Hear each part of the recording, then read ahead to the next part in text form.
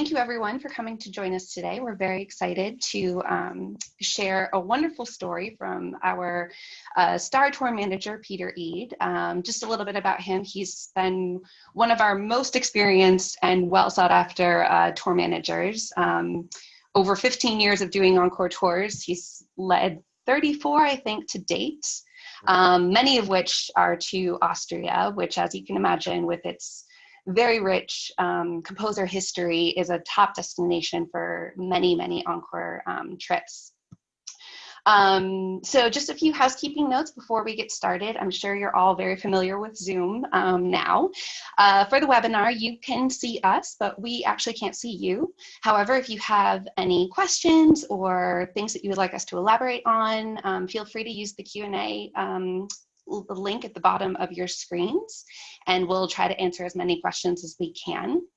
We are recording this today, and it will be posted on our blog tomorrow. So if you have any friends or colleagues or students who you think might be interested in what you get to hear today, feel free to share it with them. We will be sending the link to you to your email address that you registered with afterwards.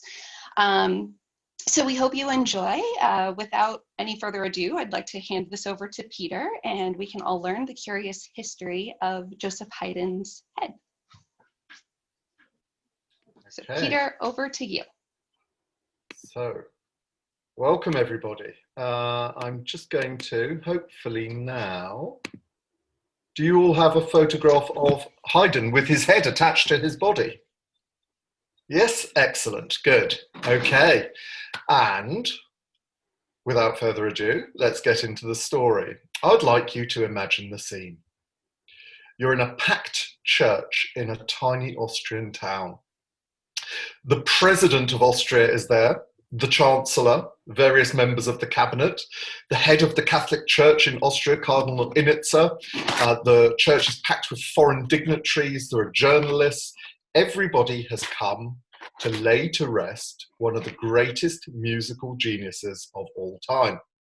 He is Joseph Haydn, the father of the symphony, friend of Mozart, tutor of Beethoven, but there's something which is a little bit odd, and that is he died 145 years ago. And the sculptor of the mausoleum in which his body is resting is standing up, and he is holding in the air Haydn's skull. It is not attached to his body. So it's that story that we're going to get to the bottom of. Now then, Haydn is very closely connected to actually probably three cities, Vienna, Eisenstadt and London, where he spent some time. The first one I'm going to talk about two of them, the Austrian ones. Let's talk a little bit about Vienna, and it's great because it gives me an opportunity to show you some lovely slides of the city as well. So Vienna is not the place that he's born. He's actually born in a little village, but he spends much of his youth in Vienna, spends a fair amount of time during his life, and he actually dies in Vienna. So just very quickly, let's run through, get a taste of Vienna, those of you who haven't been there. This is the Hofburg, the imperial winter palace where the Habsburg family lived in the center of Vienna. Here we've got a scene in Vienna District 1, the center of Vienna, which wouldn't have been that different to Haydn's time. Obviously a little bit cleaner than it would have been. Probably those cars wouldn't have been there, but the carriages, the buildings, Haydn definitely would have recognized that scene. Here we've got a lovely group of mine. This is outside one of the other palaces in Vienna. This is the little summer residence of the Habsburg family, 1,600 rooms, Schönbrunn Palace. Here we have a group of mine who were performing there, I think 2 years ago. That's in St. Stephen's Cathedral. Fantastic place, cathedral right in the center of town to do concerts in as well. And then we've got a complete grown-up. This is my friend Abby, who's also an ACIS Encore tour manager, standing in front of being a complete grown-up, standing in front of the Strauss Memorial, because of course Vienna is the city of music, attracted musicians for centuries. And it's the place that Haydn dies. We're now going to move to the end of May 1809. This is the house where Haydn retired to, and it's the place where he died. It's a much less peaceful scene, though. You have to imagine Vienna is actually being invaded at this time by the French. There are Napoleonic troops everywhere. The house is actually hit by cannonballs. And Napoleon, completely different era, there was a real honor in war still at this point. The Emperor Napoleon, he sends along a French officer to guard Haydn. Haydn is well known in his lifetime. He's a celebrity. And so the Emperor personally sends an officer along to look after Haydn, to make sure he's okay. Haydn at this point is 77, and he's pretty much on his last legs. So the officer, that's not him. That's somebody pretending in wearing the right costume, though. I managed to find that, of a French officer from the Napoleonic Wars. He turns up and he actually skillfully sings an aria from Haydn's creation, which no doubt would have tickled the composer pink. But he dies anyway. 31st of May, age 77, and outside there is complete chaos. So ordinarily, when somebody of Haydn's stature had died, he may have been given basically a state funeral with all the honours and, dignitaries turning up, but that didn't happen. There was a war on. So just the following day, the 1st of June, they bury him in a local cemetery without any fuss whatsoever.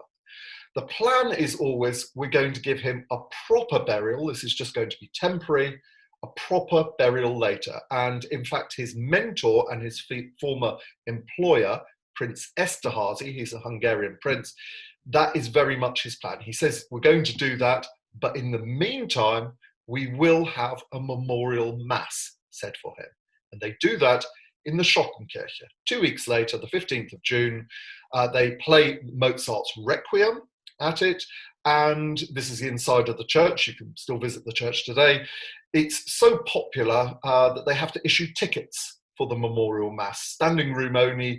The church is full of French officers who, in the middle of the war, come along and attend this memorial mass for Haydn. What nobody realizes, though, they think that Haydn is lying in his coffin, nice and peacefully, in that cemetery a couple of miles away. They're actually attending a mass at this point already for a man with a severed head. Okay, so let's get to the bottom of that. For 7 nights, in that gap between his dying and the memorial mass 2 weeks later, for 7 nights, his body lies undisturbed. It's the start of June. It's very, very hot. And on the 8th night, 2 men turn up. This is one of them, and they dig up the body. Who is he? He is actually Haydn's very close friend. He's a man called Rosenbaum, Joseph Rosenbaum. He used to be the accountant to Prince Esterházy, Haydn's employer. He's now working as a senior civil servant. He's a tax collector working for the emperor. The other man who turns up is a guy called Peters, and he is the governor of a prison in Lower Austria. So these are not exactly your common grave robbers who have come along. And what they do is they attended the burial on the 1st of June, and they've come back, they've found the grave digger, they pay him a bribe, and they say, dig up the body for us. Okay, this is just a scene of grave robbing. It's a thing at the time. It's not actually Haydn being pulled out here, but this is literally what they would have done. They got hold of him by the shoulders. The gravedigger knew which way round he was buried. They pulled out his body. It's the middle of the night. It's very, very hot. The body has been decomposing for 7 days, and they do the next thing all by candlelight. There are no street lights or anything like that. So imagine this. And without being too grim, or actually, why not? Let's be grim about it. What they have to do is they take a saw and they have to saw through his neck to remove his head. I'll come on to why they did this in a moment, but they want his head. So they take a saw, they have to go through all the tissue, they have to cut through the spinal cord. It's absolutely gruesome. On a hot summer's night by candlelight, they have to hack through everything to remove his head. They finally do that. By the way, we know that they did this because Rosenbaum wrote all about it in his diary. He gave an exact account of what he had done. They get into a carriage, and Rosenbaum writes, "It smelt fearfully. His face was green, but still quite recognizable." Bear in mind, this is his friend's head. When it's placed on his lap, Rosenbaum throws up. He actually writes that he vomits. The reason it's green is that immediately after he started to die, there's bacteria in the gut, and that travels up through the body. So his face is swollen, and it's taken on this strange green color. It's decomposed to the state of 7 days. This is really quite grim. No wonder he threw up.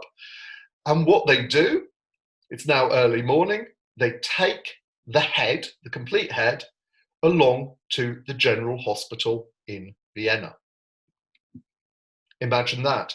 It would be a little bit like turning up at Mount Sinai Hospital in New York with Madonna's freshly severed head. He was a celebrity. He was known. People knew what Haydn looked like. And they turn up, they give his head to the head surgeon, and they say, "Could you please clean this up because we would like the skull." Okay, so the surgeon does it. He has to scoop everything out, remove the insides, the ears, the eyes, the hair. Apparently the brain was the thing that smelt the worst of all. And then he takes the skull, he puts it into a pot, just like this one. By the way, this is a Victorian cooking pot on sale on eBay for £395 at the moment, if anyone's interested. And they boiled the skull, the surgeon. He boiled it as you would chicken bones. Added some washing powder to it to bleach it. They boil it for about an hour. And at the end of it, they have a nice clean skull. And they take that away with them. Okay, Rosenbaum writes, if you've heard this story before, by the way, this is a real treat for you. You get to see the actual case. Rosenbaum writes, "For the display of this head, I had a cabinet made out of black polished wood in the Roman style. On the top of it is a lyre, and I put the head on a silk cushion with velvet piping." He places it on his mantelpiece in his drawing room, pride of place. Now, all of this is actually, and I hope to explain why, not as strange as it might sound. I'll give you, it sounds a little bit strange at this point, but let's get to the motivation. When you normally hear this story, and I've done lots of research on this, looking at different ways this story is told, trying to piece it all together, trying to get the most accurate version of it I possibly can. The version that I first heard was that it was students of phrenology who had stolen the brain. What is phrenology? Phrenology, and by the way, I can tell you that is not correct. But phrenology, what was it? Phrenology was basically a pseudoscience. It was thought of as a science initially, founded by a guy called Professor Gall. Vienna at this point is very much a center of world medicine. And some of Gall's research still stands good today. Not all his work has been discredited, but his work on phrenology was discredited. What he was interested in was the shape of the skull. And what he said he had noticed is that particularly bright kids at school had large bulging eyes. And that fascinated him. He thought there was a connection between the shape of the skull and the look of the skull and the mind that was inside it. So he came up with this theory, and he thought that different parts of the brain were responsible, for example, for different emotions. So this is all in German, but for example, number 27 is humor. Number 8 is courage. And we have a bit at the back, which is peace. And he thought that various parts of the brain corresponded to various emotions. He also thought that geniuses had a different shaped brain entirely. And Peters, one of the two people who stole the skull, he does actually write in his journal, he notes that they found a bump on the top of the skull, and they thought that's where the genius, the musical genius of Haydn was. But they were not students of phrenology. That's what you normally hear. These were guys in their 40, as I've mentioned. One of them is a tax collector, the other is governor of a prison. They're not students. These are grown-up people. They just have an interest in phrenology, as pretty much most people at the time would do. If I ask you, have you tried the Atkins diet? Have you tried intermittent fasting? Amongst our audience, probably half the people would. It's just something which is doing the rounds at the moment. So it was with phrenology back at this time. People were interested in the subject. It was a new theory, a new subject, and they were definitely interested. But that was not their primary motivation for stealing the skull. By the way, Professor Gall was expelled from Austria. He was discredited. The court of the Emperor Joseph II, that's Marie Antoinette's brother, he thought that this was immoral, it was wrong, it was dismissed as pseudoscience, and Gall went off to France and then later to England, and that's where his theories were most popular, and they were used as a justification to subjugate people in the British Empire, in the colonies. It was said that the native people over there had different shaped skulls. There's this theory, phrenology, which proves that we are basically like the master race and we're allowed to dominate them because of the shape of their heads. There you go. In any case, let's get to the motivation. If it wasn't primarily phrenology, what was it? Let's go back to St. Thomas Aquinas. He dies in 1274, but he writes, "It is natural that people should treasure what is associated with the dead, much like the personal effects of a relative." And he's talking specifically about relics. If you've ever visited a Baroque church in Europe, you will have seen things like this. A little bit weird to us, but all over the place, you will find things like, for example, this is in Munich, this is a bejeweled entire skeleton, but you will find fingers, you will find feet, you will find skulls, and they're open in cases. And the idea is very much what Aquinas is talking about.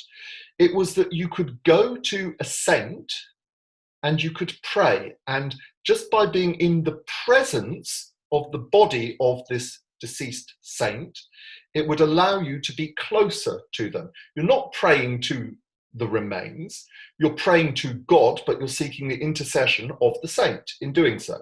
So it's a physical way of being close to somebody who has gone. And that's a little bit what we're getting to. Now, you will say, that's very different to his friend's head on his mantelpiece. Sure. But let's make another interesting little comparison. Today, in 2020, this is the Hard Rock Cafe in Vienna. And people go along there, and they have autographs on the walls, and they have costumes that pop stars have worn.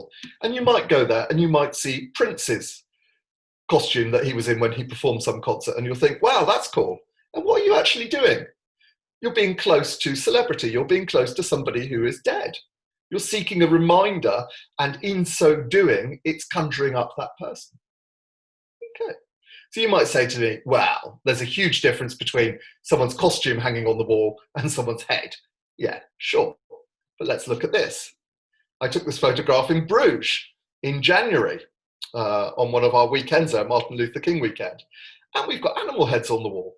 And I'm a vegetarian, and actually that doesn't bother me. But what's that about? These are actual heads on the wall. And it's the food that's served up inside the restaurant. So again, 2020, maybe it's not that different. You'll say to me, well, these are animal heads. We're talking about a person's head. And I'll say to you, okay, I spotted this in the news, look. December 2019. This is my college in Cambridge. And our senior tutor said, our mummy needs more visitors. Her name is Hermione. What are we talking about here? We're talking about an actual body that's been scooped out, that's been dressed up, that's been wrapped in bandages, and the senior tutor of my college in 2019 is saying, come along and look at this dead body. And everyone thinks that's normal. So, perhaps it's not that strange after all. What they wanted was a reminder, a souvenir, if you like, of someone who was very famous, who also happened to be a close friend of his. It was a very prestigious thing to have. Okay, there the story might have ended. Except we need to fast forward 11 years, 1820. Everything has calmed down now. The Napoleonic Wars are over. Europe is at peace. And the prince had a coffin made. Prince Esterhazy, this is his home in Eisenstadt, Esterhazy Palace. He had a coffin made. He remembered that when everything settled down, I said I was going to bury Haydn, but then he forgot about it. The coffin waited for 2 years outside in a corridor at the back of the kitchen. It was just sitting there. But then an English royal comes to visit. It's the Duke of Cambridge, not Prince William, but the youngest son of then King George III, the last king of America, in fact, came along, and he was friends with Prince Esterhazy. He visits him in Eisenstadt in his palace, and there's me visiting, by the way. Look, there's a little guard huts there.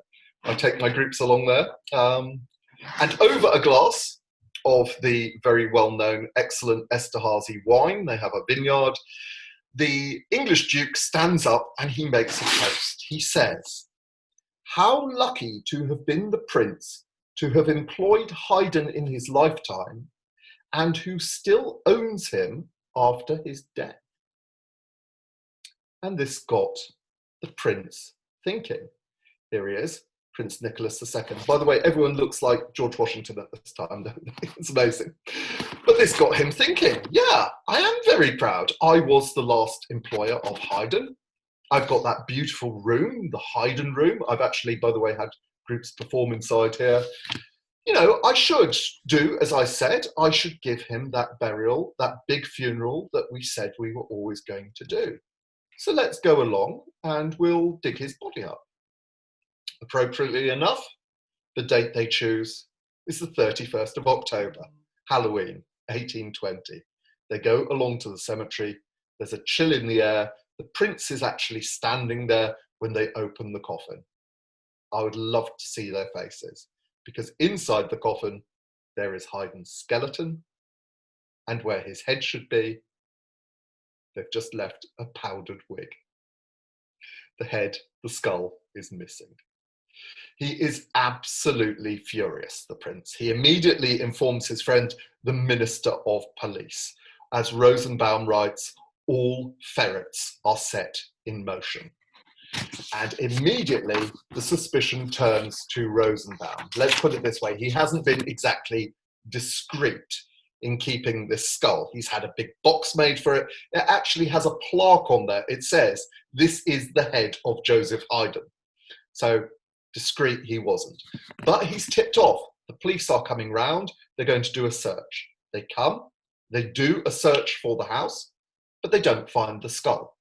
And the reason is his wife is lying in bed, claiming it's her time of the month, and she is lying on top of Haydn's skull in the bed. Can't have been the comfiest thing to do. I guess she had big skirts, and she was lying there hiding his skull. And that's the one thing that the police wouldn't do, was interrupt her.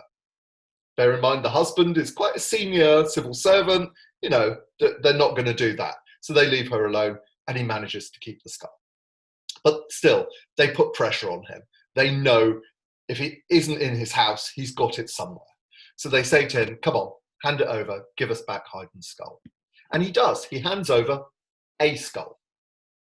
Immediately, though, they realise the skull that they've been given is the skull of a young man, a teenager. Can't possibly be Haydn. Haydn was 77. It looks completely wrong. So they say, no. Give us actually Haydn's skull. So then he hands over another skull. Heaven knows how he gets hold of all these skulls. But anyway, it's an older man's skull. It could be Haydn's head.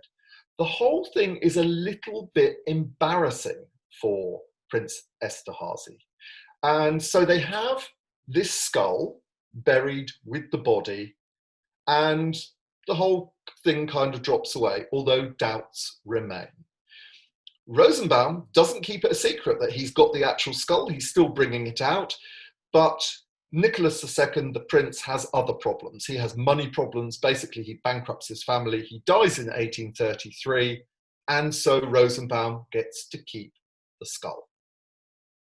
When Rosenbaum dies, he leaves it to his friend Peters, the person who was his accomplice. Then it's passed on to another and another. And finally, in 1895, it ends up in the Musikverein, the Society of Friends of Music in the center of Vienna. And there it lives, in that case, on top of a grand piano, and it's brought out for visitors. We're now talking about really quite modern time, 1895 onwards. Okay, 1932. This is 200 years after the birth of Haydn. The then Prince Esterhazy says, we want to give him that funeral that we said we were always going to do. So he commissions this beautiful marble mausoleum to put the body and the skull in. But he will not put the body in there until he's got that skull from the Musikverein. And the Musikverein refuses to hand it over. Their excuse is it's now unlawful to remove human remains from outside the city to somewhere else. So they're absolutely refusing to let go of it in 1932. A lot then happens in Austrian history in the next 20 years. The big thing that happens, 1938, the Nazis march in, and Austria is unified with Germany. I don't know if you remember this. This is actually a scene from The Sound of Music. If you remember the way it's presented in The Sound of Music, it's all very somber. You have German troops marching across. There's nobody standing round. It's all very quiet, and the Austrians all think this is a terrible thing. When they wanted to film this is just as an aside, when Hollywood wanted to film this, the people in Salzburg, it was only less than 20 years after the war had ended. They were very unhappy about swastikas being put up and troops marching through. They said, no, we would rather you didn't do that. So the producers in Hollywood said, okay, we'll produce the original footage, the newsreels, and we'll just interject that in the movie. This is what it actually looked like. Oh, exactly. People waving their hats, cheering, friendly Nazi soldiers. The Austrians welcomed them in with open arms. And of course, at this point, there would have been lots of faces in the crowd that would have been recognizable. So Salzburg said, okay, you can do your scene. Just don't put the original footage in, thanks. By the way, another little aside, the Musikverein, you'll probably know it, of course, for the New Year's concert. The very first New Year's concert was held on the 31st of December 1939, and it was to raise money for the Nazi winter relief program and to basically celebrate the Anschluss, the fact that Austria was now part of the Third Reich. Very, very Austrian indeed. In 1945, they just conveniently forgot about that and carried on holding it anyway. And it's now a musical fixture, a world musical fixture, that you have the New Year's concert. It was actually a celebration of the Nazi era when it started out. But as I say, they forgot about that. Okay, World War II ends. Austria, like Germany, is divided into 4 zones of occupation. So you've got a British section, an American section, a French section, and a Soviet section. Eisenstadt is down here in Burgenland, which is in the Soviet part. And over here, you've got Vienna. And Vienna was actually in 4 zones, same thing, it was shared, just like Berlin was. And then there was one central zone, which was a kind of area that was governed by all 4 powers together. And that's where the Musikverein was located. There are 2 stories that I found. One of them says that one of the last things that the Soviets did when they pulled out of Austria in 1955 was that they sent somebody along to the Musikverein and said, hand over Haydn's skull. We're giving that back to Eisenstadt. It's going to be buried. I've seen that story. This, by the way, is the Soviet memorial in the center of Vienna. I've also heard an interview with somebody from the Musikverein saying, no, actually, we decided it was time to hand over Haydn's skull. But I can't quite understand why they were so opposed to it in 1932, but suddenly in 1954, it's okay. But in any case, what happens next can only happen with the consent of the Soviets, because the skull has to leave the Musikverein. Here it is, being held up in the air. And it has to go on a journey, a 30-mile journey to Eisenstadt. They actually take it in a hearse, just the skull, and it goes via his home village where he was born, and then it's taken to Eisenstadt. And there we have the whole weird ceremony, which is where I started off, saying, imagine the scene, the president, the chancellor, foreign dignitaries. This guy is the sculptor of that beautiful marble mausoleum, holding Haydn's head up in the air. You've got the Hamburg Philharmonic playing the Creation, Haydn's Creation, and they lay the skull to rest, finally, with the body. She's standing there going, what the heck is going on here? And they lay it to rest with the body. But they also, weird little detail, leave the other skull in there. So almost like to keep him company or something. It is actually a Trivial Pursuit question. Which composer is buried with two skulls? The answer is Joseph Haydn, although actually it's wrong, which I'll come on to in a moment. But they did certainly, at the time, put both skulls in there. Another weird little detail, there were 3 different colours of bones going on now. So we've got the skeleton is one colour. We've got the skull of the other guy is a different colour. Apparently the soil that you're buried in affects the coloration of the skull. And then we've got Haydn's skull, which of course has been boiled in bleach. So that's a completely different colour again. So we've got 3 different colours of bones going on inside the coffin. Okay, you can go along to the Bergkirche. This is in Eisenstadt. I've taken many of my groups there. It's a fantastic church. The mausoleum is in this part. This back part, you've got Stations of the Cross, life-size Stations of the Cross, where you can walk up, and right at the top you have the Resurrection. Here's one of my groups. We made the hike up to the top there. You have lovely views across to Hungary over there. Now, as I say, that Trivial Pursuit question, which composer is buried with 2 skulls? It was correct, and the Wikipedia entry was correct, and it's now wrong until 2009. Because in 2009, which is the 200th anniversary of Haydn's death, they decided to take the skull out, the other skull, and to give it its own resting place. And there's a little memorial plaque. It's in the church just outside where Haydn is buried in his mausoleum. And this in German says, to remember that person whose name we do not know and whose head was buried with the mortal remains of Joseph Haydn from 1820 to 1854. In the Haydn year 200th anniversary of his death. There it is. Okay. What would Haydn think of all this? Well, it's actually known that he had a tremendous sense of humour. As you probably know, the Surprise Symphony is designed to wake up a sleeping audience. The joke quartet finishes, all the instruments are laid down, and then the musicians pick them up again. He's having a joke on the audience. So maybe this whole thing, you know, he wouldn't have lost his head over it. That was a joke, by the way. He wouldn't have lost his head over it. Maybe this whole bizarre story actually would have tickled him in a strange way.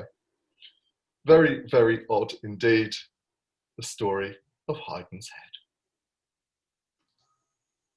Oh my gosh. Well, okay.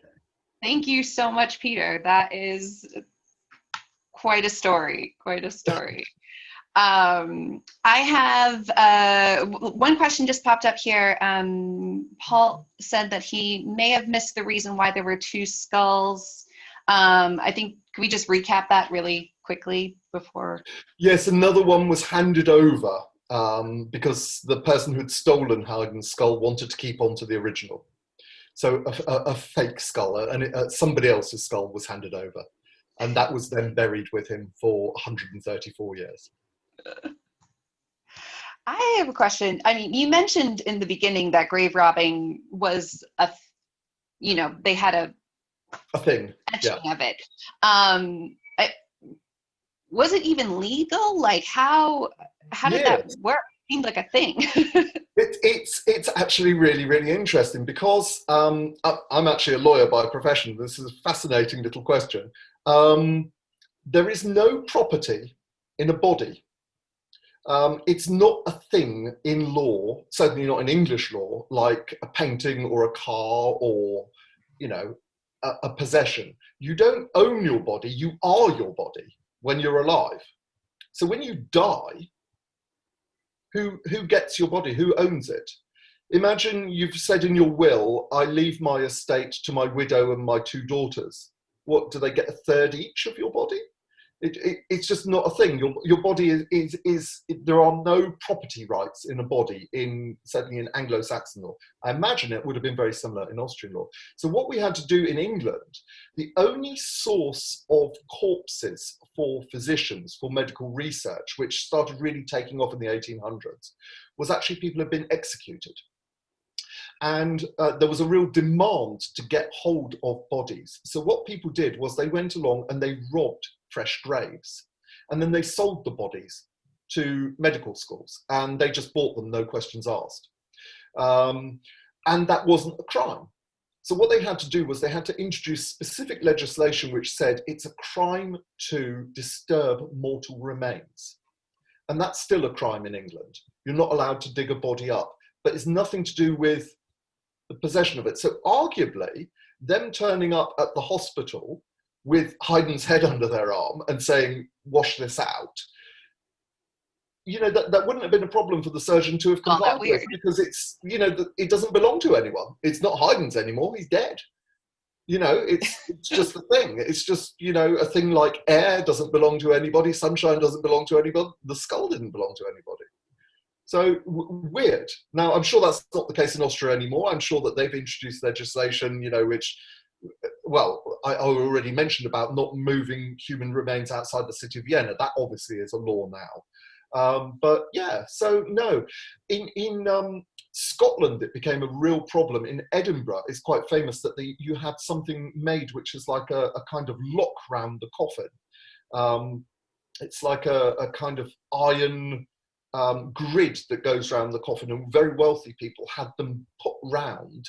I think it's called a mortlock, and it's put round the coffin so that if somebody dug it up, it was all locked up and there was no way of getting inside the coffin. It's like an armour that you kind of encase the coffin in. It was a real issue, definitely. So when the police came to, take the head from Rosenbaum. Don't forget that the police, you don't necessarily have the same standard of public behaviour. They're operating because the Minister of Police, who is the friend of Prince Esterhazy, has told them to go along there. So regardless of what the law is, they would just do that. They would just turn up and, grab the thing, whether it's a crime or not. Was there ever any sort of punishment for Rosenbaum? Or Nope, he got away with it completely, died peacefully, left it in his will. Yeah. Presumably left the case in the will with the head inside, because no one owns the head, but yeah. It was really interesting, I think, what you had to say about the phrenology as well, especially, considering the Nazis taking over several years later. Was it considered a pseudoscience at the time, or was it still just something that something that people took seriously as a... It was new and it was very exciting, and people thought that there was a lot of sense in it. I think that Professor Gull actually came up with the idea, and this was new, it sounds a bit weird, but that the mind is controlled by the brain rather than the heart, because it was thought that the heart was the source of the emotions, and he actually said, no, it's the brain. And that was new. So elements of his work were quite correct, but it was sufficient, it was considered sufficiently kind of pseudoscientific in Austria during his lifetime. He was actually expelled 10 years before all this happened. And he went off to revolutionary France, and then he went to England. But his work got traction in England, and it did in America, I know as well. And as I say, it was used to justify lots of really dodgy racial stuff. And as you say, the Nazis used this very much as well. They used to measure people's skulls, and it wasn't phrenology as such, but it would definitely form part of their pseudoscience about race. Does anybody else have any other questions? Feel free to type them in the question and answer section.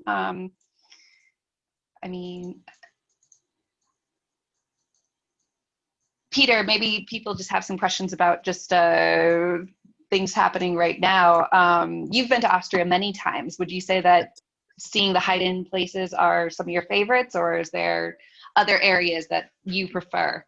Yeah, I do love going to Eisenstadt. It feels very much, it's right on the Austrian border, and it feels very much like, sorry, on the Hungarian border. It feels very much like a Hungarian town. There are low little houses, and the skies, Hungary is very flat, and the skies are very big in Hungary. And it feels like it's kind of huddled down below this enormous sky. I do like it, but my absolute favourite part of Austria is the area around Salzburg Mountains. So the start of The Sound of Music, which looks like it's a paid advert by the Austrian Tourist Board, it probably is. It's that area I absolutely adore. Salzburg itself is lovely, but get out into the mountains and it's heaven. Really, really wonderful. I've done some lovely concerts in little churches there with choirs and things. It's beautiful, absolutely beautiful. Most gorgeous landscape. Have you been able to travel anywhere recently, or no? You're based in the UK, if anybody is not aware. Yeah, based in the UK. I've stayed in the UK to date. I have had friends who have gone from here. Actually, travel is becoming quite normalised in Europe again, so people are moving to and fro quite regularly. We've now got an issue in England that we have a very crude quarantine policy, that adding countries, taking them off with very little notice, and then you have to quarantine for 14 days. But the sanctions on paper are quite serious, like £1,000 fine, but I think that not one person has been fined yet. So how seriously people are taking that. But it is putting people off going to places at very short notice. I gather Switzerland's about to be the next one that's added to it, and then others come off it, like Portugal has just come off it. So it's meant to be dynamic with the cases going up. The criticism of it is Germany is doing the same thing, but they're doing it much more intelligently. They're doing, for example, there was an outbreak of COVID in Antwerp, so they say anyone who's been to Antwerp has to quarantine. They're not saying the whole of Belgium, whereas we are saying the whole of Spain, just because there's an outbreak in Barcelona, and actually the islands are perfectly safe, lower rate than we have here. But if you've been there, yes, you have to quarantine 14 days as well. So it's all working itself out. Yeah. They're trying to do the more simplistic answer, but it's making it more complicated. At the end. Other countries are taking a much more intelligent kind of approach to it, I'm afraid. Well, possibly the same from here as well too. Well, I myself haven't actually been to Austria. Unfortunately, I'm still learning very much about Haydn myself. How do you think that he in Austria is viewed compared to other icons such as Mozart or Beethoven or Schubert, that may have a little bit more of a famous name outside of the music industry? How do people in Austria feel Haydn as being one of their own? I think he's absolutely one of the greats. There's no question. He may not have as you say, the same popular recognition abroad, but the Austrians tend to be real connoisseurs of music. And they are very, very proud of him as the father of the symphony, and as being this figure who shaped how music developed, basically. So yes, I think they are very, very proud of him indeed, actually. And of course, he's Austrian. The joke that the Austrians have is about Hitler and Beethoven. We gave you Hitler, meaning that everyone thinks that Hitler was German, and you gave us Beethoven. Because Beethoven was actually German from Bonn, but he came and lived in Austria, and everyone thinks that he's Austrian. Whereas Haydn is actually genuinely Austrian born. Mozart isn't. Mozart was a Salzburg citizen, and Salzburg, when he was born, was not part of Austria. He was a Salzburger, not an Austrian. He then went on to live in Vienna, of course, but he remained a Salzburg citizen. So yeah, Haydn is a big one who is most definitely 100% Austrian, no questions asked. So yeah, they're very proud of him.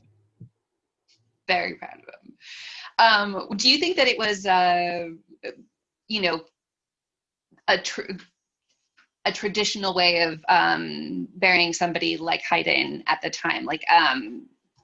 Was this the normal process for artists, or do you think it was specifically just because of his clout and stature as like a composer or friend, actually, of the Yes, prince as well. That I think there was an element of showing off. The fact that the prince had mentored him, had employed him. It was a tremendously prestigious thing to have had someone of his stature working for him. And I think that's why the element of showing off. And you can compare it to Mozart, who of course was buried in an unmarked grave. Even though Mozart was recognized as being a great in his lifetime, nonetheless, he was just buried without any kind of ceremony at all. Nobody knows. We know the cemetery. We don't know exactly where he's buried inside it. So I think Haydn was a special case, and that was because of the princely connection. Yeah. So, is there any other questions that anyone might have? I just see from Charlotte, she says, "Thank you, Peter. I'm reminded that you were such a great storyteller." Thank you, Charlotte Hartness, I'm sure you remember from we've done two wonderful tours with Charlotte. Yeah. Yeah, absolutely. Hello. Yeah. Well, we should have a little treat. We've got a little bit of Haydn to play, which appropriately enough is the Farewell Symphony. There's a lovely little story attached to that. It was that the princes of Esterhazy, they didn't just have that palace in Eisenstadt, they also had another huge palace which is known as the Hungarian Versailles, Esterházy, which is some distance away, certainly back at that time with the travelling. And all the musicians had been there with the prince, and they were getting quite fed up. They wanted to go back home to Eisenstadt where they were based. And so Haydn wrote a symphony, rather than dealing with their complaints and directly telling the prince, look, we want to go home.